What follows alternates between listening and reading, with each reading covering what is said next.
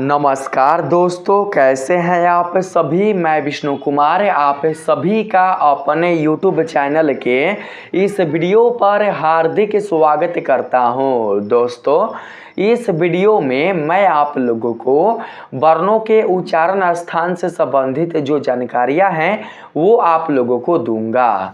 दोस्तों, जैसा कि आप लोगों ने पिछले वाले वीडियो के माध्यम से व्यंजन के प्रकार और उनसे जुड़े कुल जितने सारे जानकारियां हैं उसे आप लोगों ने जान पाया था। मैंने आप लोगों को उस वीडियो में व्यंजन और व्यंजन के प्रकार से संबंधित कुल जितनी सारी जानकारियां थी वो सारी जानकारियां मैंने आप लोगों को दे दी थी। अब मैं उसके आगे आप लोगों को इस वीडियो में बताने वाला हूं। आप लोगों को व्यंजन एवं उनके प्रकार से आगे जो पढ़ना है वो पढ़ना है वर्णों के उच्चारण स्थान से संबंधित है। दोस्तों, चाहे आप लोग मैट्रिक की तैयारी कर रहे हो या फिर अगर आप लोग इंटरमीडिएट की तैयारी कर रहे हो या फिर अगर आप किसी कॉम्पिटिटिव एग्जाम की तैयारी कर रहे हो, हर एक एग्जाम में ही वर्णों के उच्चारण स्थान से संबंधित जो प्रश्न है वो दोस्तों पूछे जाते हैं। इसलिए आप लोग इस वीडियो को ध्यान से देखें और इस वीडियो में मैंने वर्णों के उच्चारण स्थान से संबंधित जो भी बताया है उसे अच्छे से समझने का प्रयास करें। तो आइए बिना देर किए स्टार्ट करते हैं अपने आज के इस वीडियो क्लासेज को। दोस्तों, यहाँ पर सबसे पहले हम लोग यह समझने का प्रयास करते हैं कि वर्णों का उच्चारण स्थान क्या कहलाता है। जब आप लोग यह जान जाइएगा कि वर्णों का उच्चारण स्थान क्या कहलाता है तो उसके आगे आप लोगों को धीरे धीरे सारा चीज़ें समझ में आएगा। ठीक है, तो यहाँ पर हम लोग सबसे पहले परिभाषा पर चलने का प्रयास करते हैं। परिभाषा में बोला गया है किसी वर्ण का उच्चारण मुख के जिस भाग से किया जाता है वह भाग उस वर्ण का उच्चारण स्थान कहलाता है। दोस्तों, मैंने आप लोगों को पिछले वाले वीडियो के माध्यम से ये बताया था कि वर्ण मुख्यतः दो प्रकार के होते हैं, जिनमें से पहला होता है स्वर और दूसरा होता है व्यंजन। स्वर वर्ण और व्यंजन वर्ण ये दोनों मिलकर ही हिंदी वर्णमाला का निर्माण करते हैं। हिंदी वर्णमाला में आने वाले समस्त कुल जितने सारे वर्ण हैं, जब आप लोग इन वर्णों का उच्चारण अपने मुख से करते हैं तो दोस्तों आप लोग जब इन वर्णों का उच्चारण अपने मुख से करते हैं और करने के क्रम में आप लोग अपने मुख के जिस भाग से इन वर्णों का उच्चारण करते हैं उसी भाग को इन वर्णों के लिए उच्चारण स्थान कहा जाता है। क्या कहा जाता है? उच्चारण स्थान कहा जाता है। जैसे कि हम यहाँ पर एग्जाम्पल के रूप में क वर्ण को लेते हैं। आप सभी जानते हैं दोस्तों कि क वर्ण एक प्रकार का व्यंजन वर्ण है। जब हम लोग अपने मुख से क वर्ण का उच्चारण करते हैं तो दोस्तों हमारे मुख से जो क की ध्वनि निकली है, इस ध्वनि के लिए हमारे मुख का कोई ना कोई भाग सहायक हुआ है। क वर्ण उच्चारित करने के लिए हमारे मुख में उपस्थित कोई ना कोई ऐसा भाग है, कोई ना कोई ऐसा एक अवयव है जो क वर्ण के लिए सहायक हुआ है। उस भाग के कारण ही हमारे मुख से क की ध्वनि उत्पन्न हो पाई है। तो दोस्तों, क वर्ण की ध्वनि हमारे मुख के जिस भाग से भी उत्पन्न हुई है, जिस भाग से भी उच्चारित हुई है, उसी भाग को क वर्ण के लिए उच्चारण स्थान बोलेंगे। क्या बोलेंगे? उच्चारण स्थान बोलेंगे। अगर हम यहीं पर बात करें दोस्तों औ का, आप सभी जानते हैं कि औ एक प्रकार का स्वर वर्ण होता है। जब हम लोग अपने मुख से अ वर्ण का उच्चारण करते हैं तो दोस्तों इसका मतलब ये हुआ कि अ वर्ण का उच्चारण हमारे मुख के किसी न किसी एक भाग से अवश्य हुआ है। हमारे मुख के जिस भाग से अ वर्ण का उच्चारण हुआ है, हमारे मुख के के जिस भाग से अ वर्ण की ध्वनि उच्चारित हुई है उसी भाग को अ वर्ण के लिए उच्चारण स्थान बोलेंगे। हिंदी वर्णमाला में व्यवस्थित कुल जितने सारे वर्ण हैं इन सभी वर्णों के लिए हमारे मुख में एक विशेष दोस्तों भाग होता है। उन्हीं भागों की सहायता से इन वर्णों का उच्चारण स्पष्ट रूप से हमारे मुख के माध्यम से किया जाता है। इसीलिए इन भागों को अर्थात हमारे मुख में उपस्थित जो भाग है इन भागों को कहा जाता है वर्णों के लिए क्या, तो दोस्तों वर्णों के लिए उच्चारण स्थान। अगर हम बात करें यहाँ पर प वर्ण का, ठीक है, तो दोस्तों हमारे मुख से जो प वर्ण की ध्वनि निकली है यह ध्वनि भी हमारे मुख के किसी ना किसी एक भाग से ही निकली हुई है। दोस्तों हमारे मुख के जिस भाग से प वर्ण का उच्चारण हुआ है प वर्ण के उच्चारण के लिए हमारे मुख का जो भी भाग सहायक है उसी भाग को प वर्ण के लिए उच्चारण स्थान बोलेंगे। क्या बोलेंगे दोस्तों? उच्चारण स्थान बोलेंगे। आगे आप लोगों को सारा चीज़ समझ में आएगा। आइए हम लोग नीचे चलने का प्रयास करते हैं। दोस्तों नीचे बोला गया है उच्चारण स्थान के आधार पर सभी वर्णों का वर्गीकरण किया गया है जो निम्नलिखित है। दोस्तों हिंदी वर्णमाला में जो भी वर्ण हमारे मुख के जिस भाग से उच्चारित किए जाते हैं अर्थात हमारे मुख के जिस किसी भी एक भाग से जो भी वर्ण उच्चारित किए जाते हैं उन सभी वर्णों को हमारे मुख के उस भाग के लिए एक श्रेणी में रखा गया है। जैसे कि अगर हम अपने मुख में एक भाग ले ले कंठ, तो दोस्तों कंठ से उच्चारित होने वाले हिंदी वर्णमाला के जो भी वर्ण हैं उन सभी वर्णों को कंठ वर्ग में रखा गया है। अगर हम बात करें यहाँ पर तालु का, तो दोस्तों हमारे मुख के तालु वाले भाग से उच्चारित होने वाले हिंदी वर्णमाला के जो भी वर्ण हैं उन सभी वर्णों को तालु वर्ग में रखा गया है। अगर हम बात करें मूर्धन्य का, तो दोस्तों हमारे मुख में उपस्थित मूर्धन्य वाले भाग से उच्चारित होने वाले हिंदी वर्णमाला के जो भी वर्ण हैं उन सभी वर्णों को मूर्धन्य वर्ग के अंतर्गत रखा गया है। तो दोस्तों यहाँ पर आप लोग देख सकते हैं, ठीक है, यहाँ पर आप लोग देख सकते हैं लिखा हुआ है कंठाय वर्ण, ठीक है। कंठाय वर्ण कहने का मतलब ये हुआ कि इसमें वैसे वर्ण आएंगे जिनका उच्चारण कंठ की सहायता से होता है। कंठाय वर्ण का मतलब क्या हुआ? कंठाय वर्ण का मतलब ये हुआ कि जो भी वर्ण हिंदी वर्णमाला के जो भी वर्ण, चाहे वो वर्ण स्वर हो, चाहे वो वर्ण व्यंजन हो, चाहे वो वर्ण व्यंजन अथवा स्वर ना हो अर्थात अयोग वा हो, ठीक है, जो भी वर्ण कंठ की सहायता से उच्चारित होते हैं उन वर्णों को कंठाय वर्ण के अंतर्गत रखा गया है। आप लोग दोस्तों यहाँ पर परिभाषा में देख सकते हैं बोला गया है जिनका उच्चारण कंठ से हो वो कंठाय वर्ण है। जिनका उच्चारण कंठ से हो वे कंठाय वर्ण है। कंठाय वर्ण के अंतर्गत आने वाले जो वर्ण हैं वो कौन कौन से हैं? तो दोस्तों वो हैं अ आ। स्वर वर्णमाला का जो प्रथम और द्वितीय स्वर हैं वो दोस्तों आ जाएंगे कंठाय वर्ण में। कौन कौन? एगो आ एगो आ। अगर हम बात करें स्पर्श व्यंजन का, तो दोस्तों स्पर्श व्यंजन का जो प्रथम वर्ग क वर्ग है वो भी आ जाएगा किसके अंतर्गत? तो कंठाय वर्ग के अंतर्गत अर्थात कंठाय वर्ण के अंतर्गत। आप लोग कंठाय वर्ग बोले या फिर आप लोग कंठाय वर्ण बोले, कोई भी अंतर नहीं है, दोनों चीजें सेम है। कंठाय वर्ग से अच्छा दोस्तों रहेगा कंठाय वर्ण। कंठाय वर्ण से ये साफ साफ स्पष्ट हो जाता है कि कंठाय वर्ण में वो वर्ण शामिल किए गए हैं जिन वर्णों के उच्चारण के लिए हमारे मुख का कंठ वाला भाग सहायक होता है।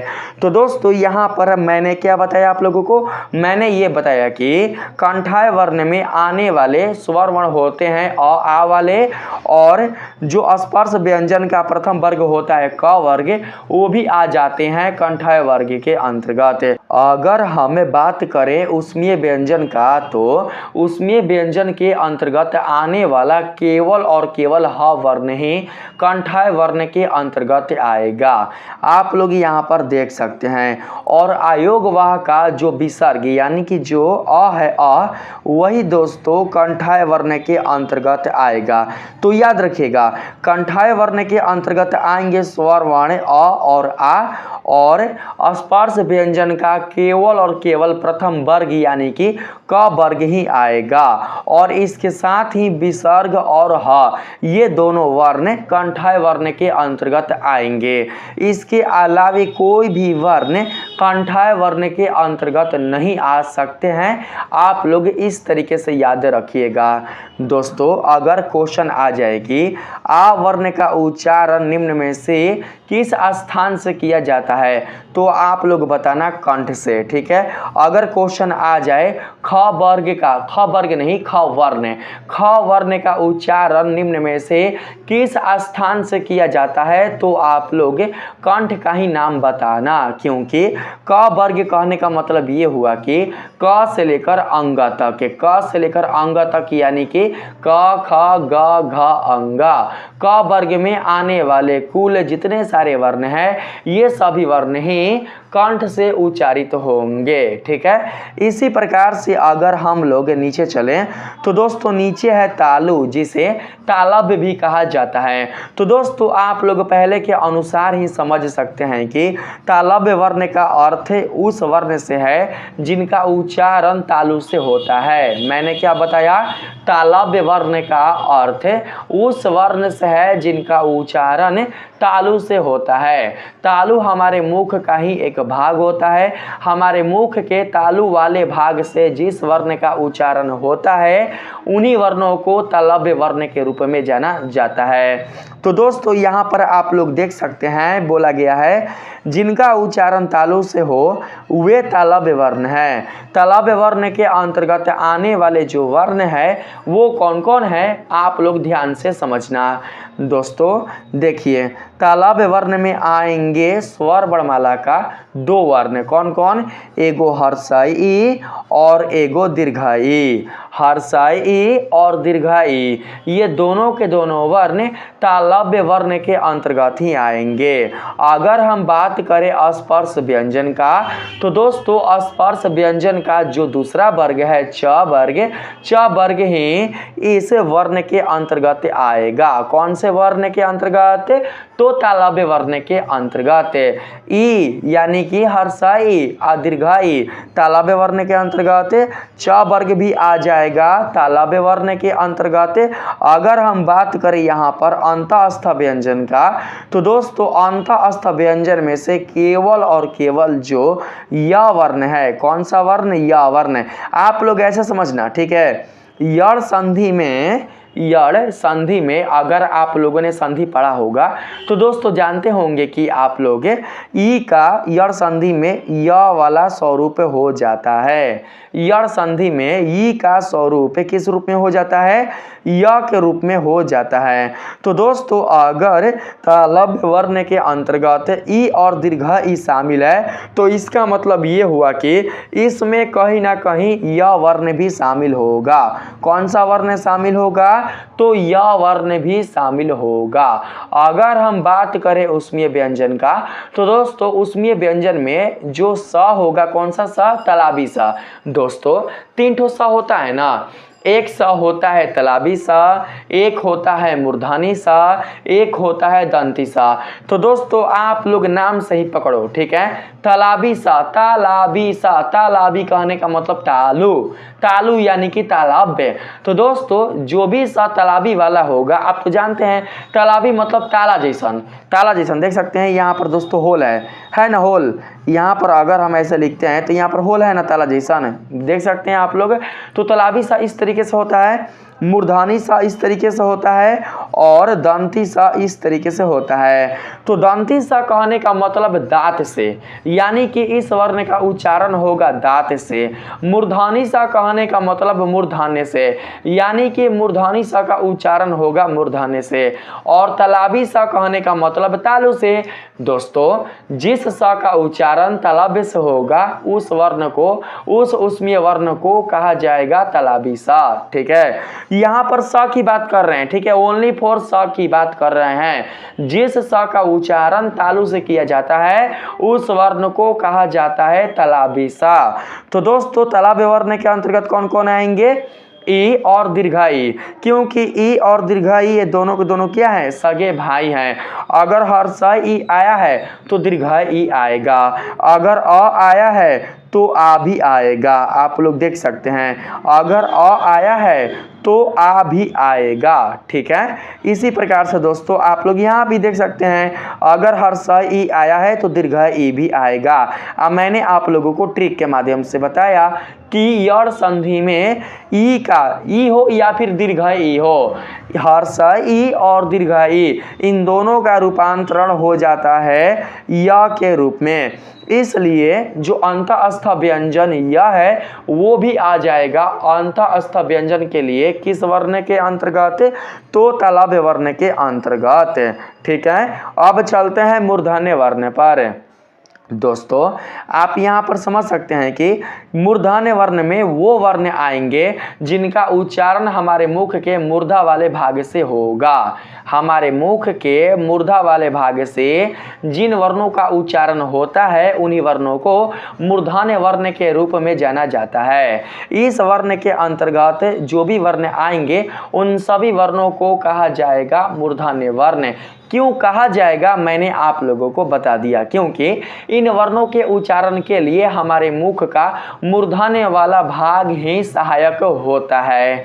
दोस्तों मेरा गला थोड़ा फंसा हुआ है, हो सकता है कि आप लोगों को अस्पष्ट समझ में ना आ रहा हो, लेकिन मैं पूरा कोशिश कर रहा हूं कि आप लोग अच्छे से समझ जाइए। ठीक है दोस्तों, मूर्धन्य वर्ण के अंतर्गत कोई भी स्वर वर्ण नहीं आता है। आप लोग याद रखना, मूर्धन्य वर्ण के अंतर्गत कोई भी स्वर वर्ण नहीं आता है। अगर हम बात करें अस्पर्श व्यंजन का तो दोस्तों आपने जाना क वर्ग आ जाएगा कंठ में और जो च वर्ग है वो आ जाएगा तालव्य में।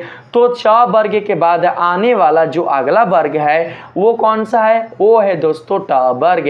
ट वर्ग आ जाता है मूर्धन्य में। दोस्तों आप लोग स्वयं से उच्चारित करके देखिए, ट ठ ड, यानी कि जब आप लोग ट ठ ड का उच्चारण कर रहे हैं तो दोस्तों उच्चारण क्रिया के क्रम में हमारे मुख में जो मूर्धन्य है वही सहायक हो रहा है। तो आप लोग याद रखना, ट वर्ग में आने वाले जो भी वर्ण है उन सभी वर्णों का उच्चारण हमारे मुख के मूर्धन्य भाग से ही होगा। अगर हम बात करें उसमें व्यंजन का तो उसमें व्यंजन का ह वर्ण चला आया है कंठाय वर्ण के अंतर्गत। और मैंने आप लोगों को बताया अगर कोई सा तालाबी वाला होगा वो आ जाएगा तालव्य वर्ण के अंतर्गत, अगर कोई सा मूर्धन्य वाला होगा तो वो आ जाएगा मूर्धन्य वर्ण के अंतर्गत, अगर कोई सा दंती वाला होगा वो आ जाएगा दंताय वर्ण के अंतर्गत।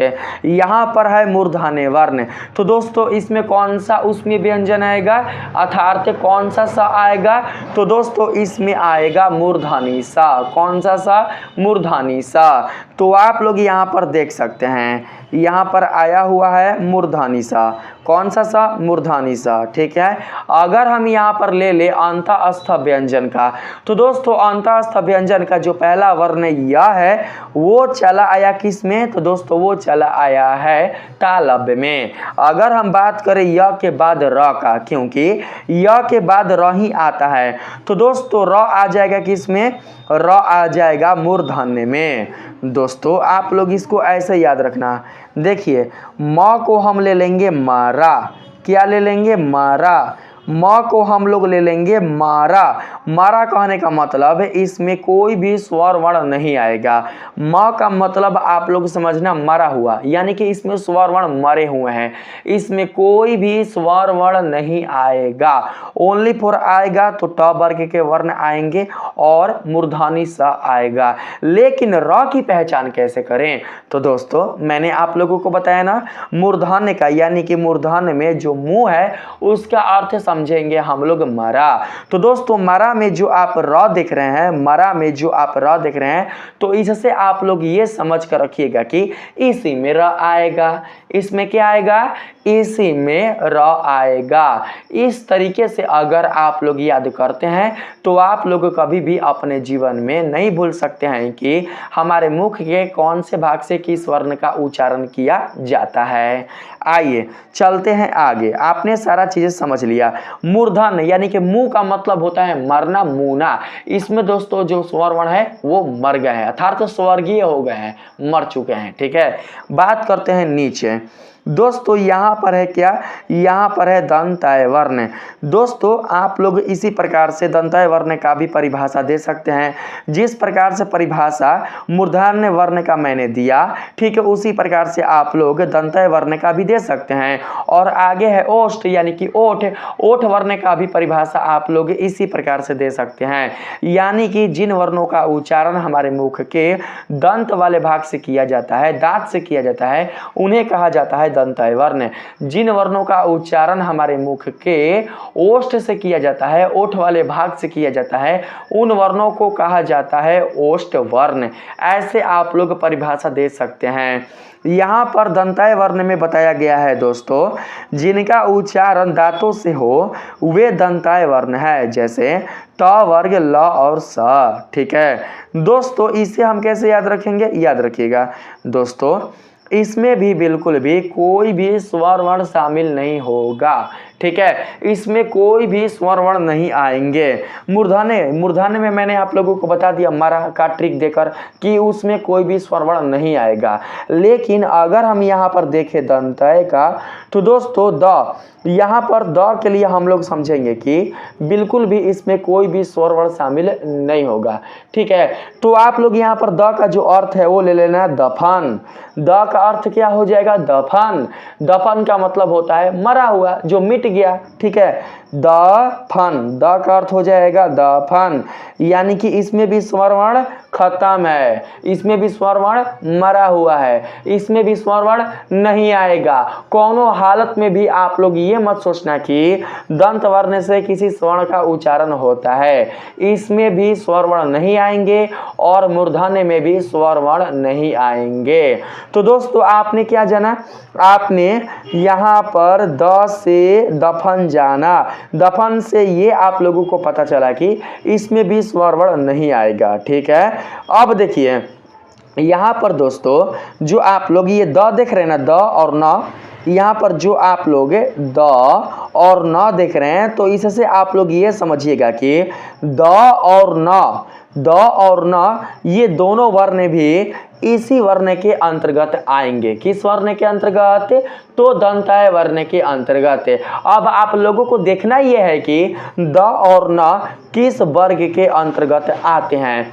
तो दोस्तों द और न जो है वो दोस्तों त वर्ग के अंतर्गत आते हैं। त, थ, द, ध, न, यानी कि अगर हम त वर्ग को ध्यान से देखें तो दोस्तों उसी में द और न वर्ण शामिल होते हैं। तो आप समझ पाएं कि दंताय वर्ण में द का जब हम अर्थ लेंगे दफन, तो यहाँ पर फ को छोड़कर द और न ये दोनों वर्ण आ जाएंगे दंताय वर्ण के अंतर्गत।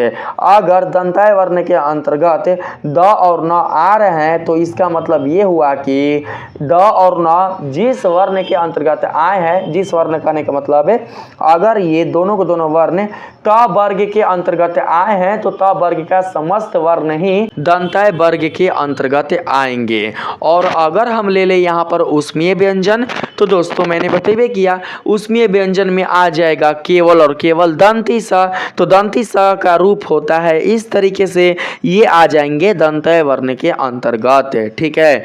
और अगर हम यहाँ पर ले ले अंतःस्थ व्यंजन का, तो दोस्तों अंतःस्थ व्यंजन आ जाएगा इसमें कौन, तो ल, ओनली फॉर ल, ठीक है। अब दफन किसको किया जाता है, दफन लाश को किया जाता है। दफन किसको किया जाता है, दफन लाश को किया जाता है। तो दोस्तों आप लोग समझना कि जब दफन लाश को किया जाता है तो लाश में जो ल है वो भी आ जाएगा दंतय वर्ण के अंतर्गत। ये है ट्रिक, आप लोग इस तरीके से याद रखिएगा, ठीक है। इस ट्रिक से ही आप लोग समझकर अच्छे से पढ़ने का प्रयास कीजिएगा।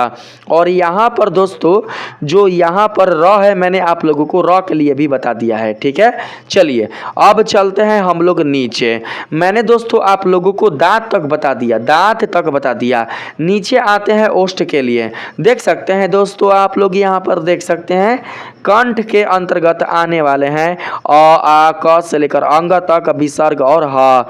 तालु के अंतर्गत आने वाले हैं ई दीर्घ ई च से लेकर झ तक, यह भी आएगा, यह भी आएगा, है ना, ठीक है, याद रखिएगा। और उसके बाद यह है और फिर तलाबी सा है, ठीक है।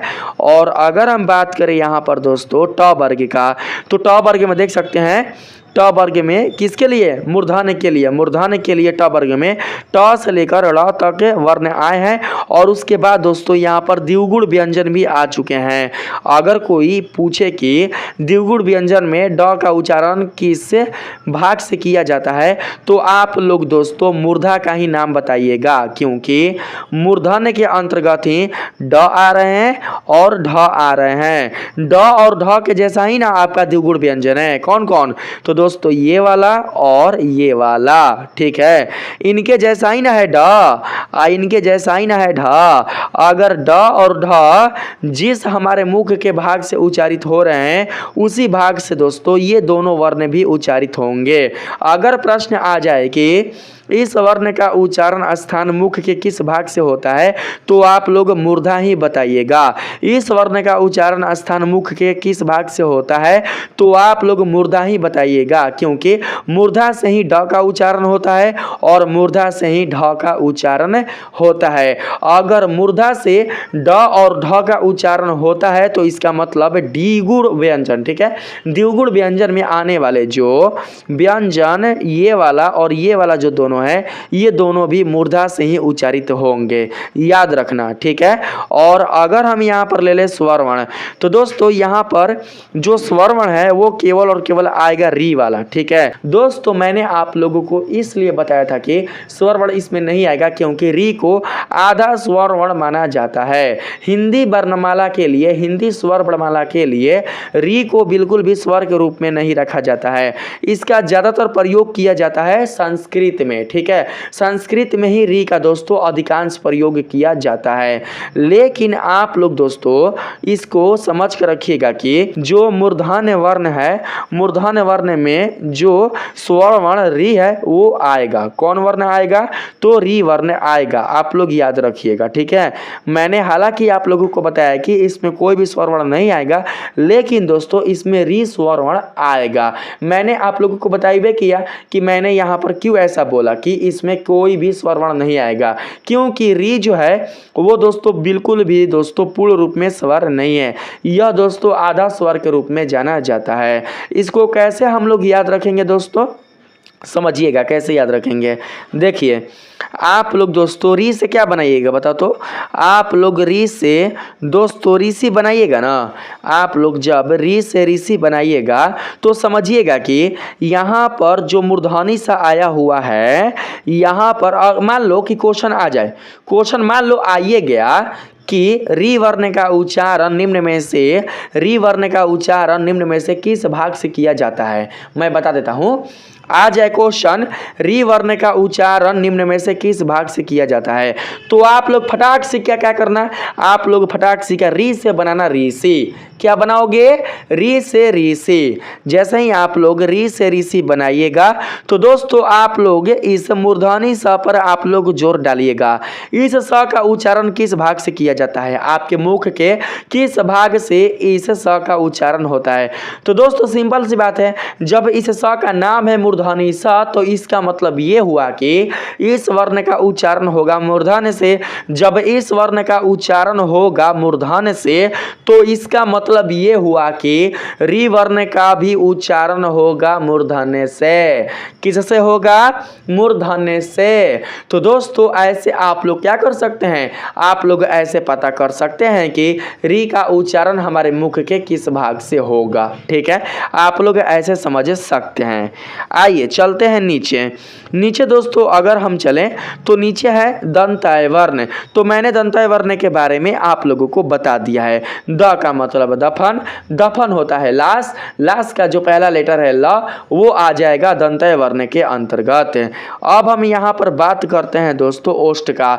तो ओष्ठ वाला बहुत ही हल्का है। आप लोग अपने ओठ से दोस्तों प को उच्चारित करते हैं, फ को उच्चारित करते हैं, यानी कि प वर्ग में आने वाले कुल जितने सारे वर्ण हैं उन सभी वर्णों का उच्चारण आप लोग अपने मुख के ओठ वाले भाग से ही करते हैं।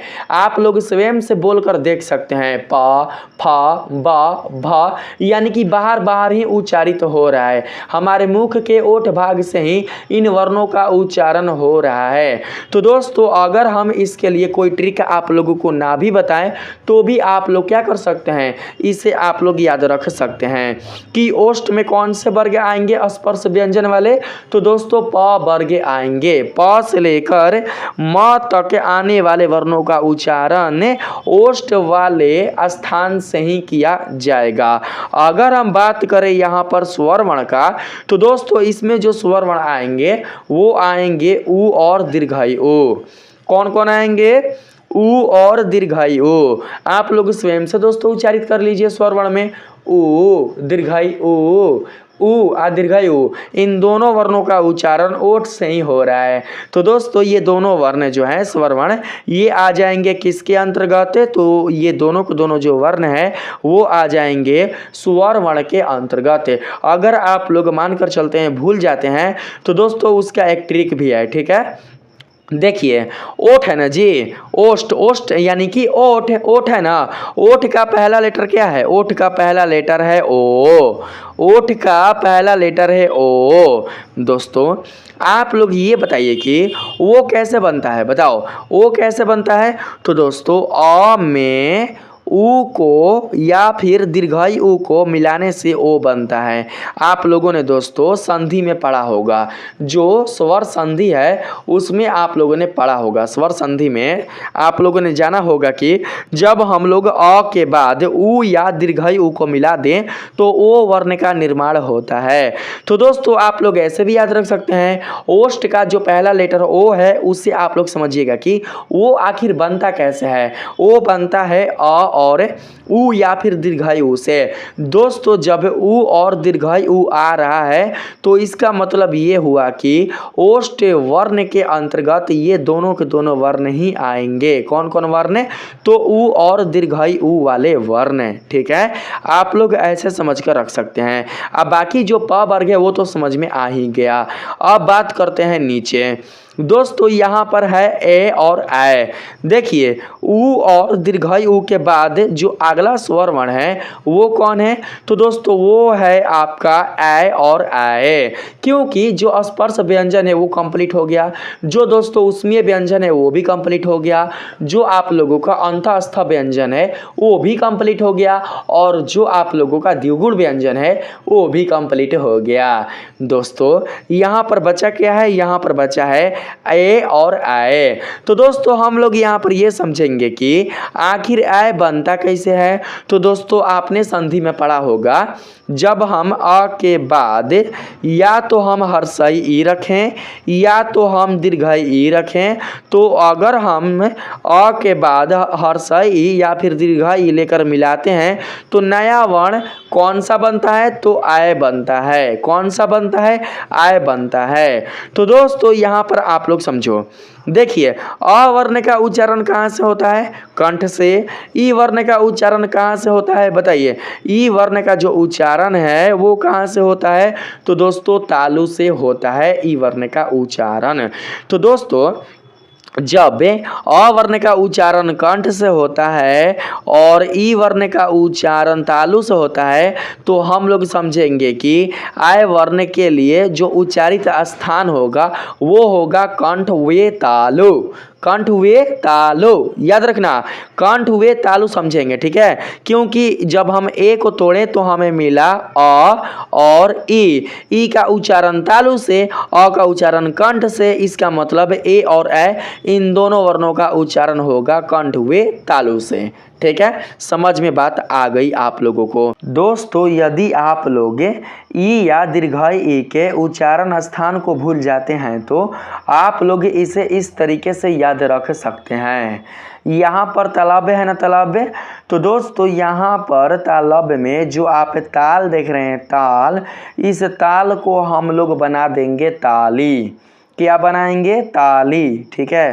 ताली में मात्रा कैसी आ रही है, ताली में मात्रा ई की आ रही है, ठीक है।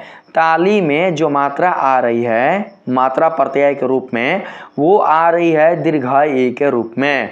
तो दोस्तों जब ताली में मात्रा आ रही है दीर्घई ई के रूप में, तो आप लोग ये समझिएगा कि तालब वर्ण के अंतर्गत ई और दीर्घई ई ही आएंगे, ठीक है।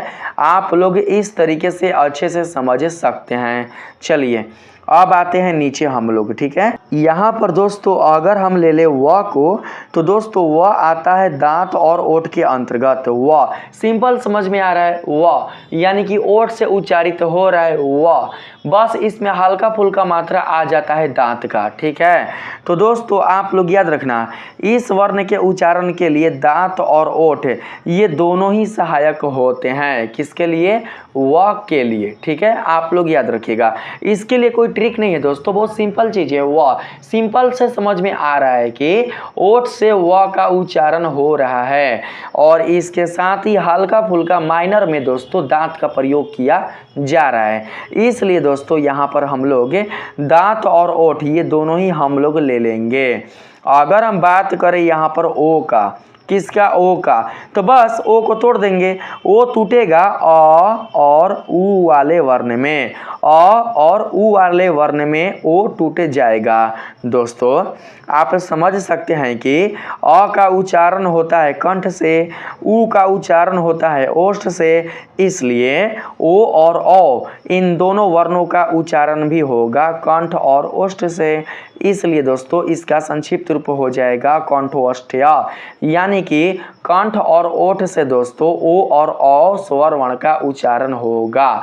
तो दोस्तों आपके हिंदी वर्णमाला में आने वाले समस्त कुल जितने सारे वर्ण थे, उन सभी वर्णों के जो उच्चारण स्थान थे मैंने आप लोगों को उनसे परिचित करवा दिया। और जो भी उच्चारण स्थान जिन जिन वर्णों से संबंधित है उनको याद कैसे आप लोग रख सकते हैं, उसके लिए मैंने आप लोगों को एक सरल ट्रिक भी दिया, जिसके माध्यम से आप लोग लंबे समय तक इस चीज को याद रख सकते हैं। दोस्तों अगर आप लोगों को यह वीडियो पसंद आया है, इस वीडियो के माध्यम से आप लोगों ने उच्चारण स्थान को बहुत ही अच्छी तरीके से समझा है, तो आप लोग इस वीडियो को अपने दोस्तों में शेयर करना बिल्कुल भी नहीं भूलिएगा। मिलते हैं फिर से एक नए वीडियो के साथ, तब तक के लिए धन्यवाद।